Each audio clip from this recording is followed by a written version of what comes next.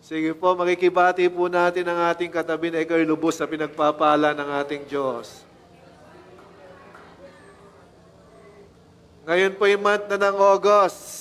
Ang topic po natin for the month of August is about giving and prosperity. Ayan. Kasi malapit na po ang Bear Month, kaya pag-uusapan na po natin ang pagbibigay. Amen? Sinong gustong maaga ang aginaldo? Amen. Pagtungtong pa lang ng September, meron na agad. Amen? Sige po. Let us pray lang muna po saglit para sa ating word. Abba Father, once more we speak and declare na ang salita na amin pong pagsasaluhan ngayong umagang ito ay may taglay na kapangyarihan nagmumula sa iyo. Allow us, O God, na patuloy na maunawaan ang iyong salita.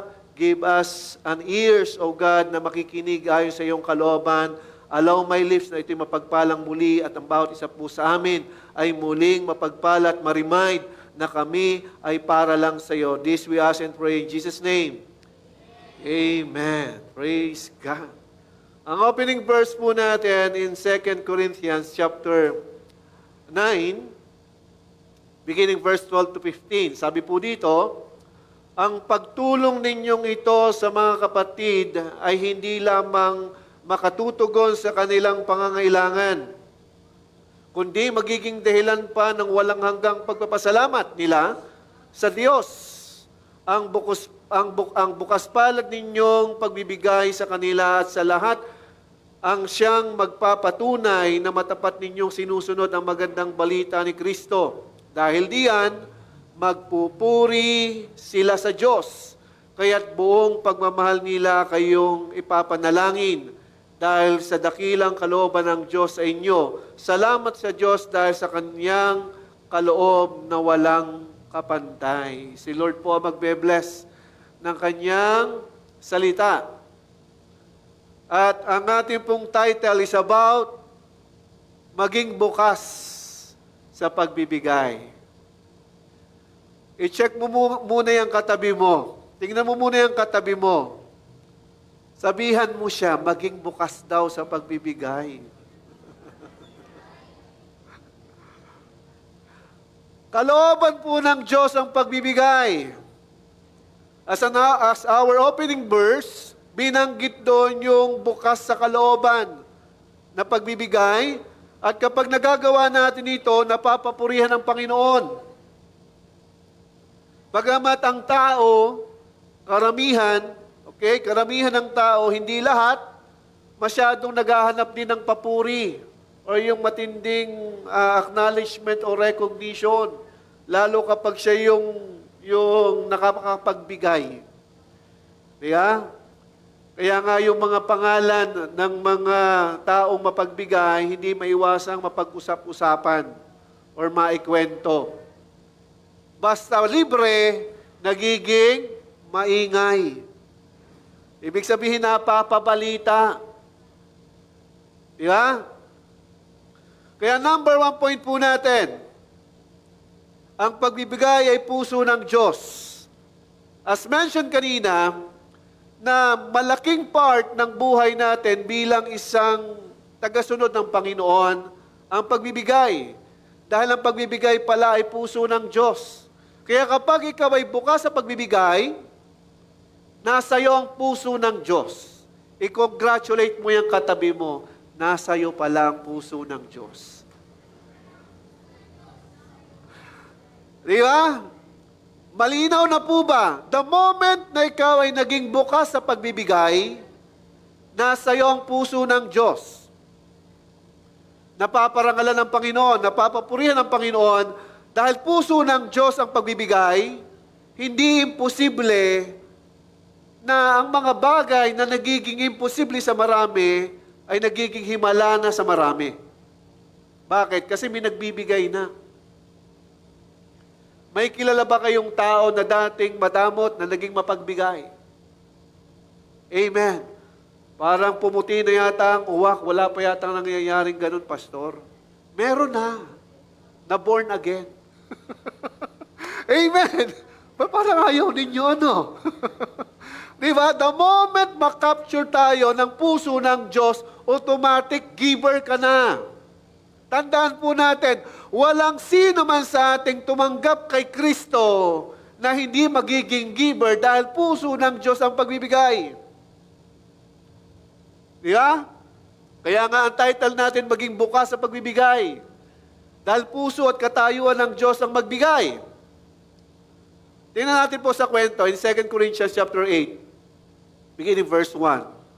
Kwento po ito ni Titus or ni Tito.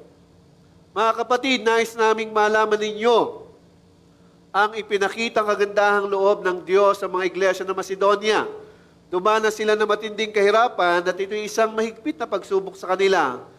Ngunit, sa kabila ng kanilang paghihikahos, masayang-masaya pa rin sila at bukas ang palad sa pagbibigay. Sila'y kusang loob na nagbigay, hindi lamang sa abot ng kanilang kaya kundi higit pa.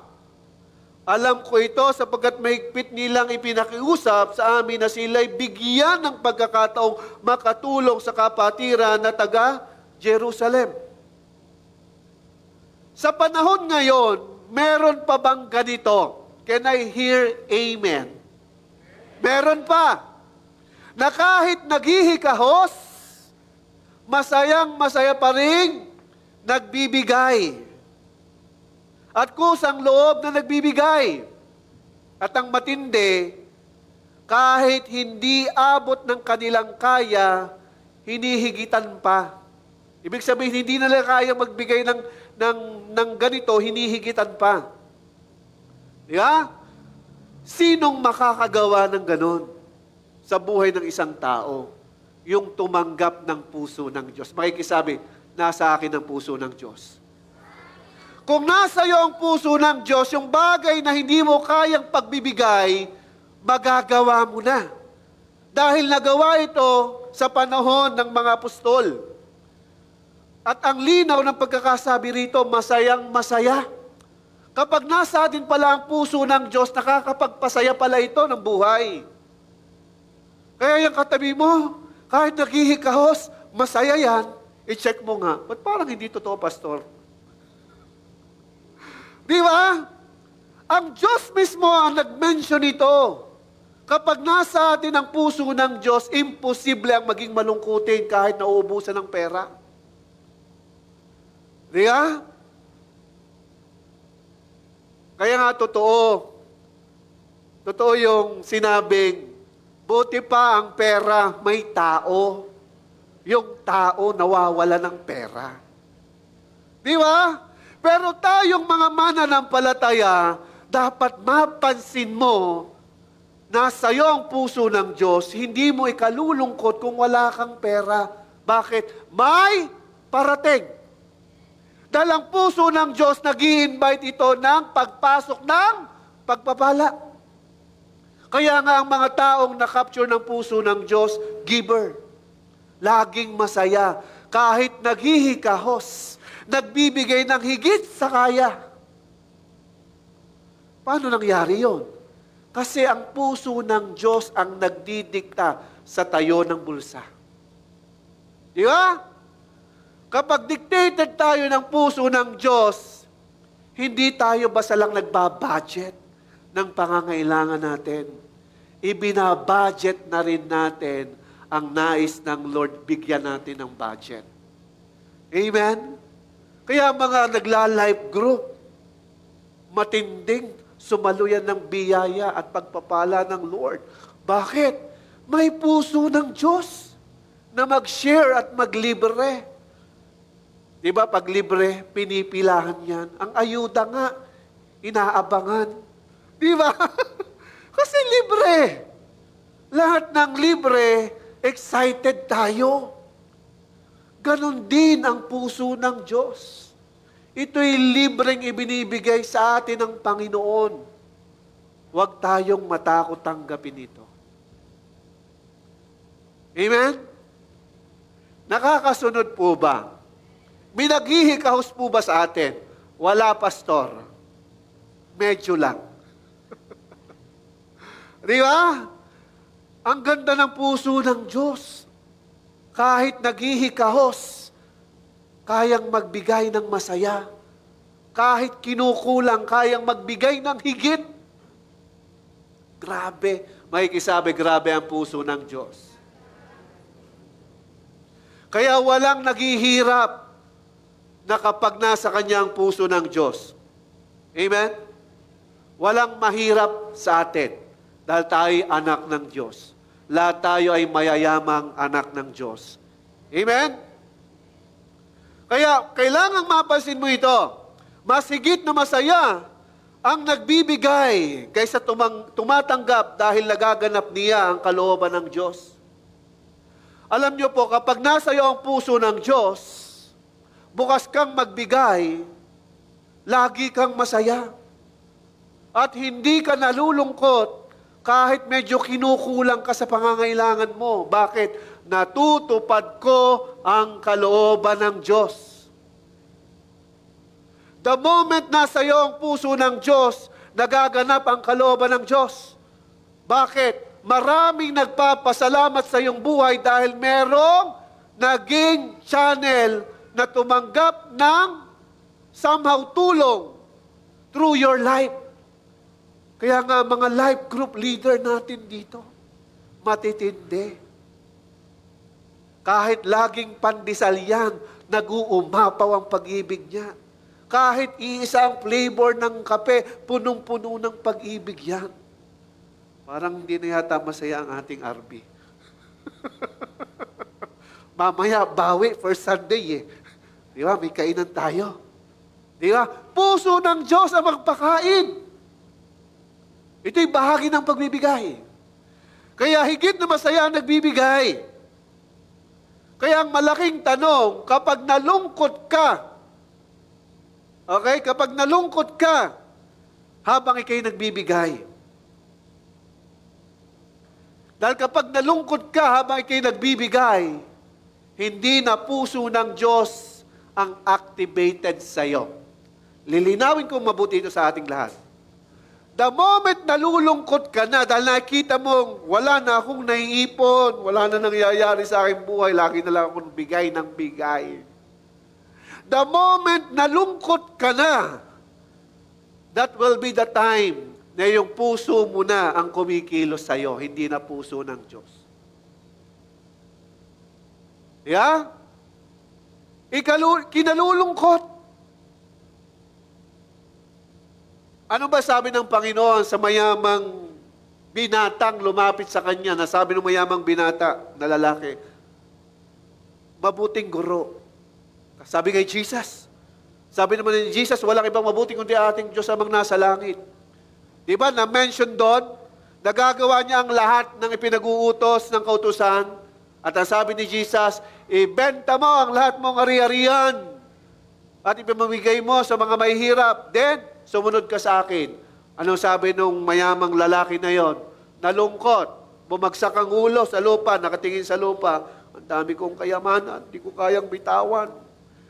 Dugot pawis ang inubos ko rito. Di ba? Puso niya yung kumilos. Pero kung puso ng Diyos ang kumilos, masaya siya yung nagagawa iyon. Tulad ni, sino yung Bible character na na-welcome ni isang tax collector? Si Zacchaeus. Di ba? Excited na patuloy si Jesus. At ang sabi nga niya, kung minadaya man ako, ibabalik ko ng 4 na beses. Di ba? Ganon ang puso ng Diyos, masaya. Hindi ikinalulungkot kung may nawawala. Bakit? Merong nabubuksang puso ng Diyos. Kaya wag po nating ikalungkot kung nababawasan ng savings. Yan ay earthly mentality, worldly mentality yan. Kapag puso ng Diyos ang nasa buhay mo, hindi ka nawawala, nadadagdagan ka pa. Dahil bukas ang Diyos sa mga handang dumaloy sa kanyang puso at handa rin ang Diyos ibuhos sa iyo at sa akin ng matinding pagpapala. Amen? Naniniwala po tayo na tayong lahat ay masayang nagbibigay. Kaya kalooban ng Diyos na nagaganap kapag nagbibigay tayo. Huwag mong ikalulungkot. Hindi kay Lord yan. Yan ay sa'yo. Yung lungkot na yan, ikaw yun. Kaya labanan mo ito. Lord, ayaw ko nito. Gusto kong masunod ang kalooban mo. Di ba? As mentioned kanina, kahit naghihikahos, nagbibigay ng higit. Kaya ang Diyos ay tunay na mabuti. Number 2, kalooban ng Diyos ang magbigay.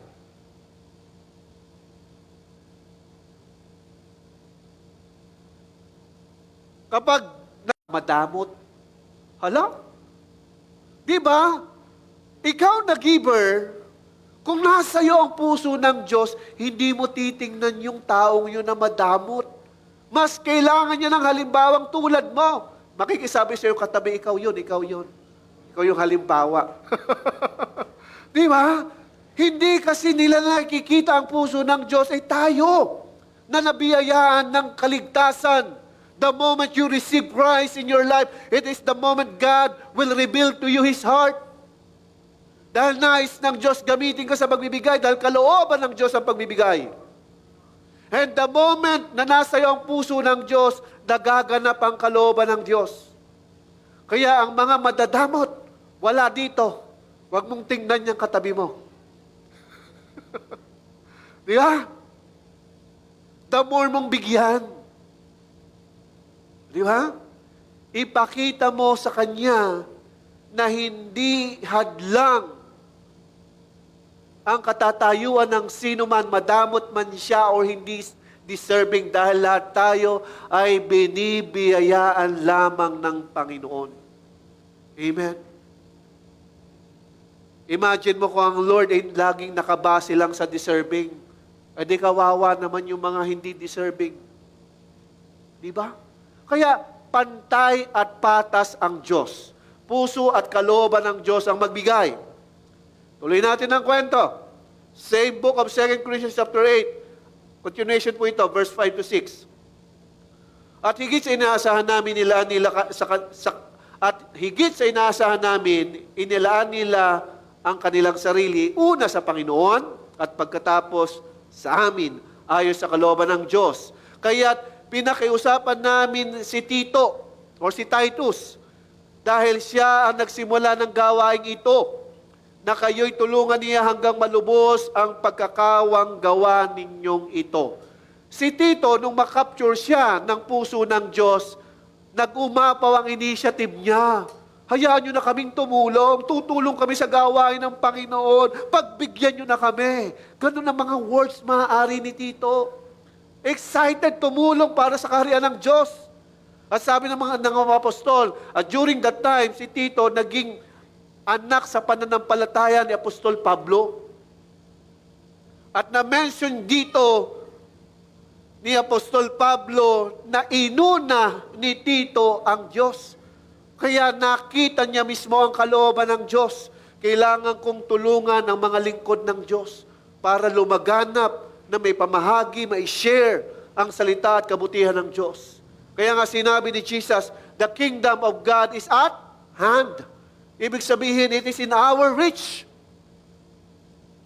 Kaya yung katabi mo, yan ang channel ng gospel. Yan ang channel na kung saan gagamitin ng Lord ang mga kamay na meron tayo para makapagbigay. Tingnan mo ang iyong mga gagandang mga daliri, ang iyong mga kamay. Ikaw pala yung channel para magbigay. Ang ganda ng kapalaran ng Lord sa atin. Di ba? Ang Diyos mismo excited kapag tayo nakapture ng puso ng Diyos dahil nagaganap ang kanyang kalooban. At ang kagandahan, ito ang minention dito, sabi ni Apostol Pablo kay Tito, gano'n na lamang Tito or Titus.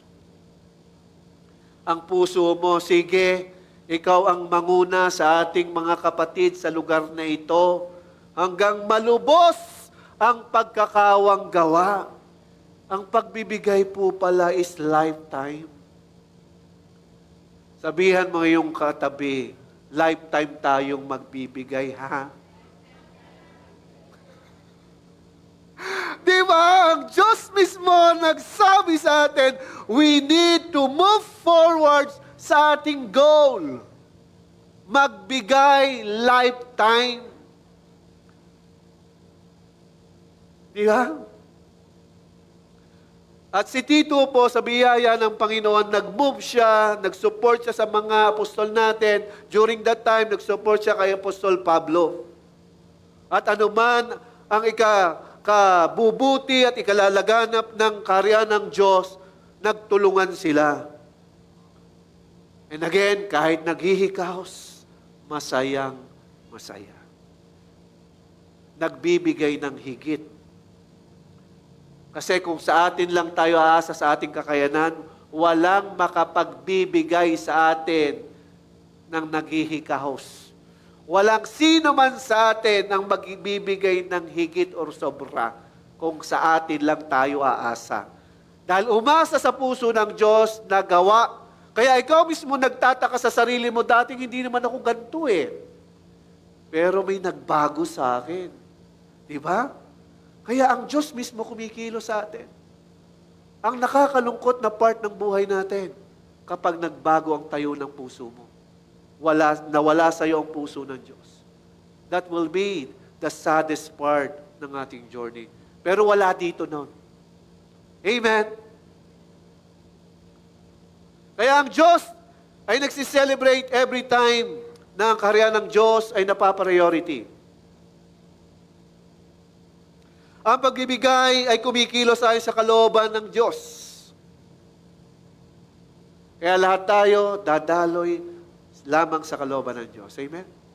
May kisabi sa iyong katabi, partner, daloy lang tayo. Pag nadaloy po, mas malayo ang nararating.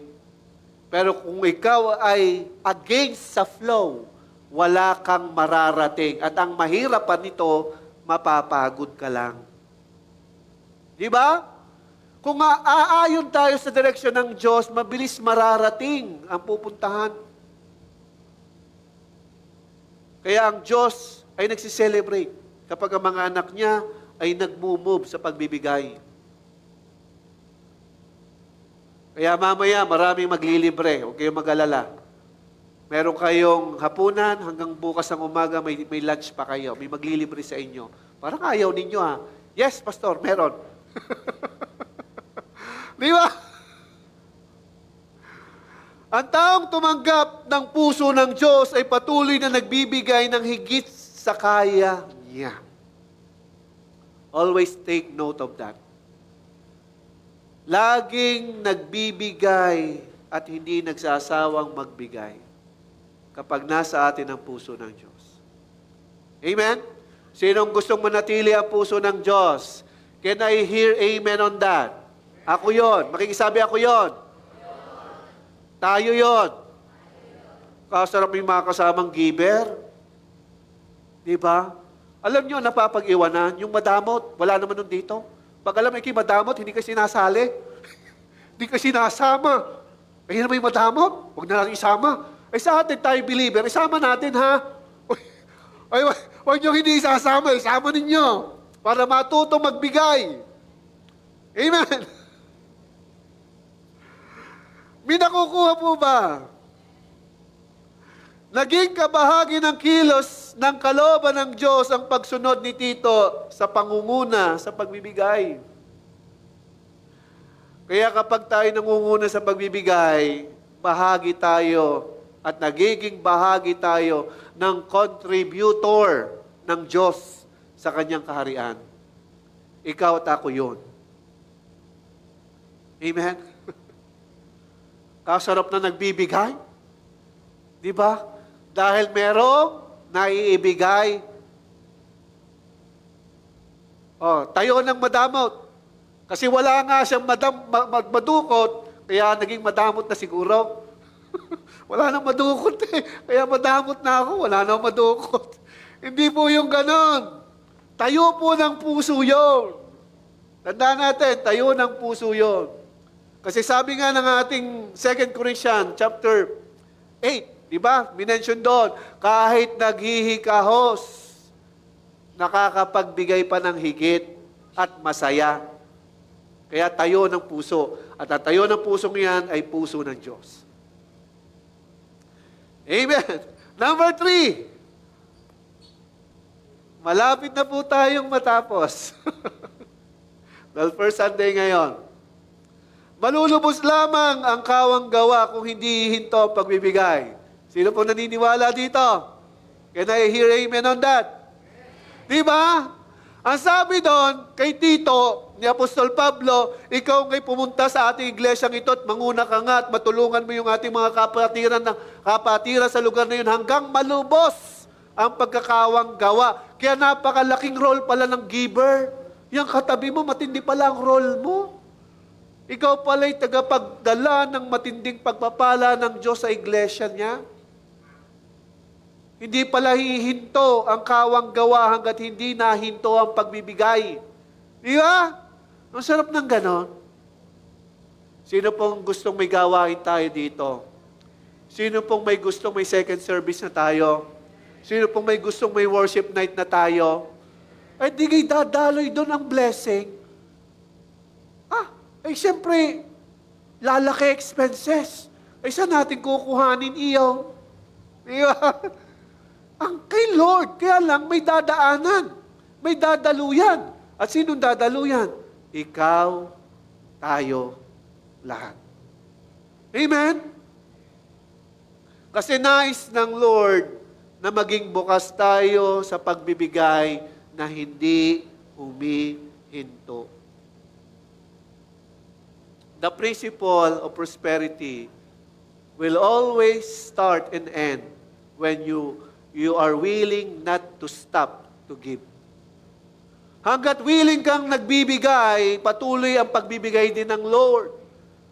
Alam niyo po ba ang prinsipyo ng Panginoon na wag dapat nating makalimutan? Kung ano yung sukat na yung ginagawa siyang sukat na gagawin sa'yo. Tandaan natin yan. The moment na mag-stop ka, the moment God will also control yung ating natatanggap. Amen? Gusto mong madagdagan ang tinatanggap mo, magtanim ka pa. Gusto mong madagdagan ang mga opportunity mo sa buhay, magbigay ka pa para sa Panginoon. Amen? Ako po'y naniniwala na ang Lord nangungusap sa taong nasa Kanya ang puso ng Diyos. God knows kung sino ang sa Kanya at hindi. Dahil ang Diyos nangungusap sa ating conscious mind, sa ating puso, sa ating mga diwa, sa ating isipan. Dahil nais ng Lord na tayo mapagpala. Amen? Kaya malinaw na kailangan ma-justify po natin na ang kawang gawa ay magiging lubos lamang only after na ang pagbibigay ay hindi humihinto. Tuloy-tuloy lang. Ilang taon na po ang ating RB? Mahigit na rin 2 years. Imagine nyo kung ilang drum na ng kape ang nahigop ng ating mga nasa pamilya sa RB. Isa'y nakapagpansit pa, may nagpapansit po sa atin doon, baka nalimutan ninyo. Kasarap ng pansit kailan kaya mauulit iyon, ano? Dahil ganun ang puso ng Diyos, handang magbigay. Dahil para sa kawang gawa. At napapapurihan ng Panginoon dahil may nagbibigay. Dahil ang pagbibigay ay puso ng Diyos. Ang pagbibigay di lamang nasusukat sa pera, kundi ito'y nasusukat din ayon sa kusang pagtulong ayon sa iyong mga kamay. Kaya wag mo sabihin wala kang pera, may kamay ka at may 10 daliri yan. Yung kamay mo, maraming magagawa yan. Amen? Hindi lamang po ang sukatan ng pagbibigay ay pera. Pera-pera lang yan. May kamay din tayo. Pwede tayong tumulong. Kasarap pagtulong-tulong. Di ba? Mabilis natatapos ang gawain kapag nagtutulungan. Kaya ang Diyos mismo, masyadong busy rin sa pagbubuhos ng pagpapala sa mga hindi humihinto sa pagbibigay. Bang anak kong ito, ay kahit yung kailangan niya, nagawa niyang ibigay. Sinong Diyos ang hindi magpapala sa isang taong even yung kanyang pangangailangan na may higit na nangailangan ay nagbigay pa ng kanyang pangangailangan. That's the kind of heart that belongs to God. Puso ito ng Diyos. Kaya tayo'y nagiging daluyan lamang ng biyaya at karakter ng Diyos. Kaya again, I encourage everyone, yung mga kamay mo, kayang magbigay niyan ng tulong. Kung tutulong tayo, make sure masaya din tayong ginagawa ito. Amen? Dito po, for the glory of God, sa pagla-live group po natin, nag-mention po kami, nag-uusap po kami ni Pastor Fred, pinagpaplanuhan po namin kung paano pa tayo magiging effective at fruitful sa ating pag-ELG, paano yung hatian, para hatian din daw yung gastos. Okay lang, dahil alam namin may papasok para sa lahat. Amen? Dahil ganun ang puso ng Diyos para sa karian. At sa biyaya po ng Panginoon, may parating at hindi hinto ang mga parating na pagpapala ng Diyos. Bakit? Hindi huminto ang pagbibigay. Amen? Parang pag ang topic sa pagbibigay, nagiging silent night. Huwag po kayong matakot. Okay? Dahil ang pagbibigay ay karakter ng Diyos. Biyaya nga po na tayo nakakagawa nito o nagagampanan natin ito. 2 Corinthians chapter 9, verse 8 to 11. Ito po yung early verse ng ating opening verse. Magagawa ng Diyos na pasaganahin kayo sa lahat ng bagay. Saan daw? Sa lahat ng bagay. At higit pa sa inyong pangangailangan. Ibig sabihin, yung need mo, pwede pa rin ipagkaloob ng Lord. Upang may magamit kayo sa pagkakawang gawa. Ang overflow pala, or ang sobra, ay para na pala ito sa kawang gawa. It's not about personal. Hindi na para sa personal pala ang sobra. This is my principle, church. Lahat ng sobra na hindi kalooban ng Diyos para sa iyo, time will come, it will contaminate your life. Again, hindi mo ito ramdam at first.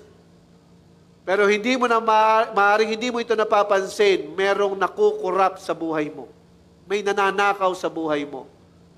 Kasi malinaw na sinabi ng Lord, pinagpapalat, pinasasagan na tayo ng Lord ng higit para may magamit sa kawang gawa. Ngayon, this is the thing na kailangan mo i-consider. Kapag umaalwa ng buhay, gumagaan ng buhay, itinataas ka ng Lord, pinopromote ka ng Lord, yumayaman ka, higit na yumayaman ka pa, yung need mo tumataas din eh. Tama ba? Dati hindi mo need, pero ngayon naging need mo na. Kasi lumaki ang iyong kayamanan. Kaya kailangang mapansin natin ito. Bakit? This is something that will corrupt our plans in life. And even the plans of God in your life. Dahil maaaring ilayo nito ang perfect will para sa iyo. Amen? Medyo palalimin natin ng konti, no? Hindi lahat ng overflow para sa iyo. Para yan sa gawain ng Panginoon. Amen? Kaya ako'y naniniwala na tayong lahat paranasin ng overflow ng Lord. Hindi tayo matatakot magbigay dahil puso ng Diyos ang magbigay at karakter ng Diyos ang magbigay. Bakit? Dahil tayo mismo'y binigyan. Tanda natin, tayo mismo'y binigyan ng lakas at kakayanang yumaman. Amen? Kaya wag nating hayaan na ang kaaway makakilos. In that way, hindi tayo paghaharian ng possession. Tanda natin, possession can kill the perfect will of a believer. The moment ang possession na naging puso mo, wala na sa iyo ang Diyos. Amen? Ang stand ko po for the glory of God, kami po ni Pastor Ates, ayaw kong may hold sa amin ng possession. Ayaw ko. Bakit? The moment na ito'y magkaroon ng hold sa atin, ang possession, ang hirap ng let go process. Ramdam mo yan hindi mo mabitawan, pero meron mismong malinaw na instruction ng Lord. Share it. Share it. Give it. Kaya ang Lord mismo ay handa para tayo pagpalain. Then tuloy natin. Lapit na po tayo matapos. Nakakasunod po ba? Tulad ng nasusulat, siya ay nagbibigay ng libre sa mga dukha. Kaya nga po ang libre, forever din yan. Diba? Laging may libre. May mga pre-taste nga ano? Then after mong bilihin yung product, parang iba yung lasa ng pre-taste. Mas masarap yung pre-taste kaysa doon sa binili ko. Sadyang sinarapan yung pre-taste para tayo bumili. Ay, joke lang po yun. Yun po talaga ang lasa. Then, ang sabi doon, tulad na nasusulat, siya ay nagbibigay ng libre sa mga dukha, ang kanyang katwiran ay walang hanggan. Ang Diyos na nagbibigay ng bidi, itatanim at tinapay na makakain ay siya ring magbibigay sa inyo ng binhi at magpapalago nito upang magbunga ng sagana ang inyong mabuting loob. Pasasaganahin niya kayo sa lahat ng bagay upang mas marami ang inyong matulungan. Sa gayon, lalong darami magpapasalamat sa Diyos dahil sa inyong tulong na dadalhin namin sa kanila. This is the foundation of the heart of God. God connects those who are called to become a channel of God's heart. Pinipili tayo ng Diyos na maging channel tayo ng pagbibigay at ikinukonect tayo ng Diyos sa kanyang mga lingkod para ma-reach out yung mga dukha na hindi nakikilala ang Diyos. Kaya nga lahat tayo may pangangailangan sa isa't isa.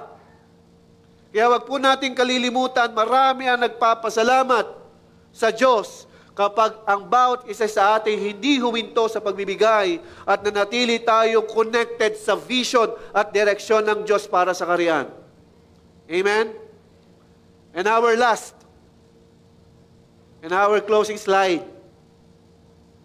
Bago po tayo mag-pray.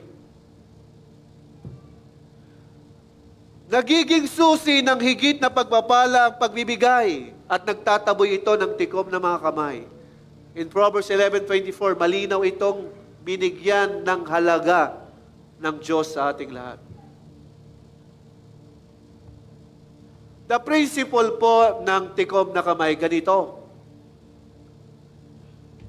Watch me here, church. Ganito ang tikom na kamay. Pag bumuhos ang pagpapala ng Diyos, may masasalo ka ba? Wala. Kaya ayaw ng Diyos ang tikom na kamay.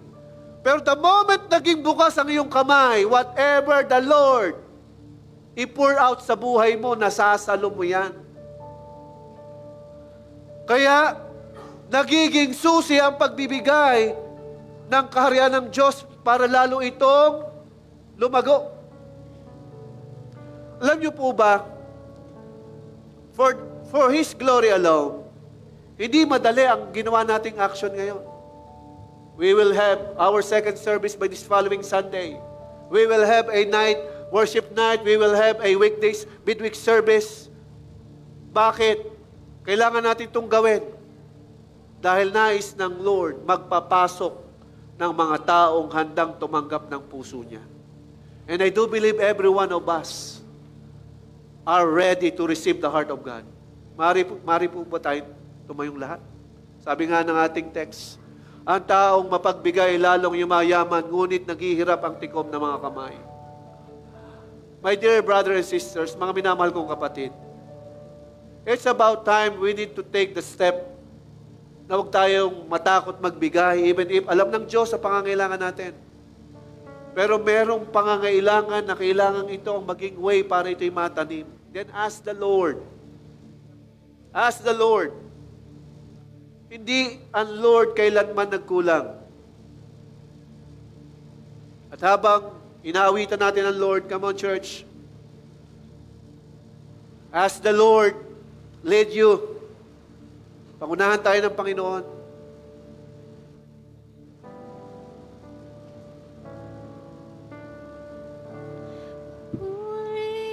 kataas-taasan, papuri sa ating tagapagligtas. Come on, church. Purihin ka, Jesus, Hari ng langit, Hari ng buhay ko. Papuri sa kataas-taasan, papuri sa ating tagapagligtas. Purihin ka, Jesus, Hari ng langit, Hari ng buhay ko. Papuri sa kataas-taasan, papuri sa ating tagapagligtas. Purihin ka, Jesus, Hari ng langit, Hari ng buhay ko.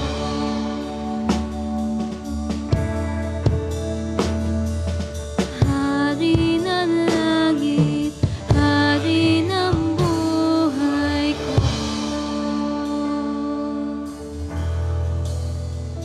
Now, church, listen to this. Ang Diyos mismo excited na i-share sa iyo or to impart in your life His heart. Kaya lang, ang tanong na kailangan nating masagot, are you ready to accept His heart? Are you ready to give? Are you willing to give? Dahil alam ng Diyos ang pangangailangan mo. At alam din ng Diyos, isa lang ang susi. Accept His challenge. Walang sino mang napahiyang anak ng Diyos na nagbibigay. Sige po, sabihin ng ating mga labi, Panginoong Hesus, salamat, Panginoon, Salamat, Panginoon, sa biyayang makapagbigay.